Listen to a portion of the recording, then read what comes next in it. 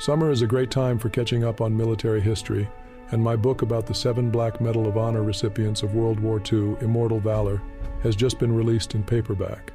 Immortal Valor chronicles these timeless heroes' life journeys through all the pain and struggle until their ultimate triumphs.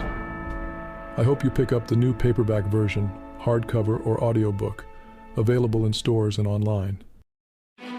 Today we continue our summer series on Untold Heroes and Little-Known History, and I'll bet you didn't know that the American colonists had a submarine during the Revolutionary War. It's true, it was called the Turtle, and it's an absolutely fascinating story. I'm Robert Child, and that's next, and this is Point of the Spear.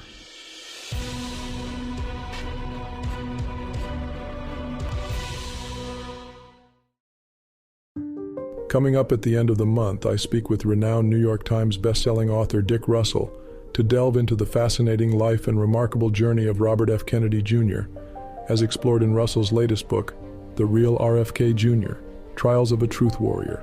We need to do something different as a country and bring this divided country together, and that's the reason he told me at one point he was going to run, is because he didn't see any other candidate that was going to be able to, as he puts it, heal the divide.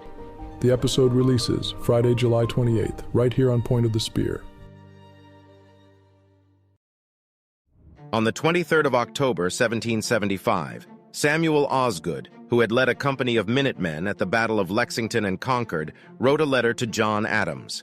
Within the letter, he informed the Massachusetts statesman on the progress of a secret new underwater weapon that the colonists planned to use against the British.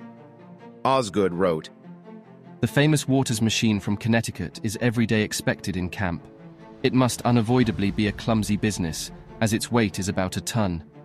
I wish it might succeed, and the ships be blown up beyond the attraction of the earth, for it is the only way or chance they have of reaching St. Peter's Gate."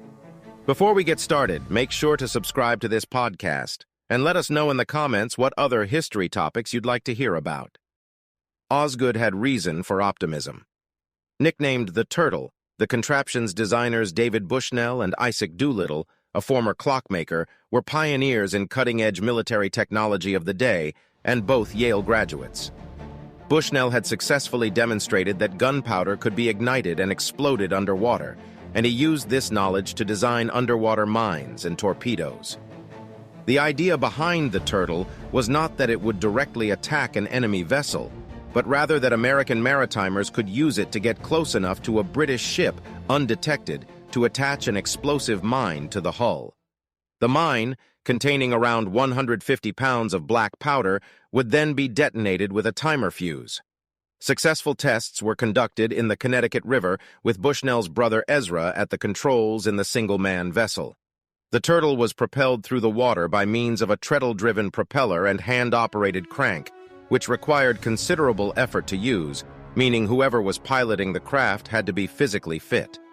Visibility came via porthole windows near the top of the craft and in the hatch on top, through which the pilot would enter and exit the craft. This hatch was also the only way that air could get into the Turtle. Because of its limited air capacity, traveling underwater would only be done when absolutely necessary. For most of the craft's journey, it was intended that it travel through the water with the hatch just protruding from the surface. Because of being exposed on the water's surface, only night missions were intended. To overcome the problem of being able to navigate through dark waters at night, ingeniously bioluminescent foxfire was attached to the needles of Turtle's compass and other instruments, so that they could be read in the dark. After the successful tests in the Connecticut River, the Turtle was transported to Long Island Sound in early 1776 in preparation for active use. Ezra, however, fell ill, and a new pilot had to be found and trained, which set the project back. 3 candidates were found, and after having moved Turtle to the Hudson River for training, the craft was then towed to New York Harbor to attack the British fleet. The British had abandoned Boston in March 1776, and High Command set its sights on New York. Orders were sent to several fleets to converge at New York that summer. On the 12th of July, 1776, Admiral Howe's fleet arrived at Staten Island. This fleet and other ships preceding them carried the largest British expeditionary force ever assembled. Along with other British ships in the waters of North America, it was also the biggest amphibious assault force in European history. Approximately 48 ships and over 10,000 British troops, including General Sir William Howe, the general in charge of New York.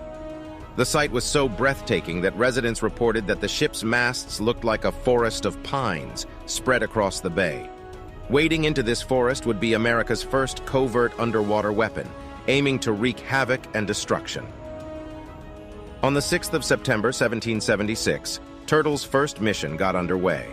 Piloted by Sergeant Ezra Lee, Turtle targeted HMS Eagle, the Royal Navy's flagship in New York Harbor, which was moored off Governor's Island.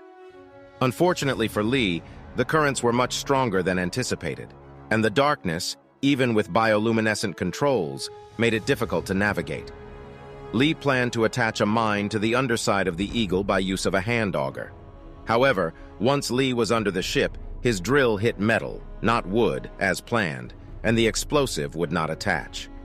As dawn approached, he abandoned the mission, and although the Turtle had worked as designed, the mission failed. The Turtle was employed in 2 more missions, both of which also failed, and subsequently the prototype submersible was lost during the Battle of Fort Lee, when the British sank the sloop transporting it.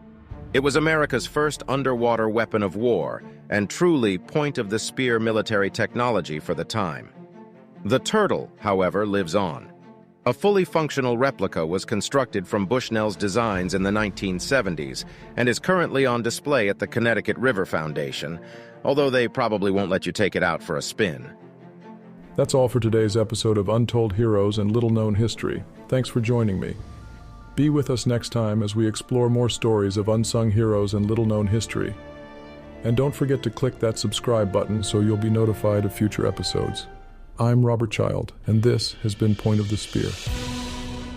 Music licensed from audioblocks.com. Point of the Spear is produced by RSC Media Group.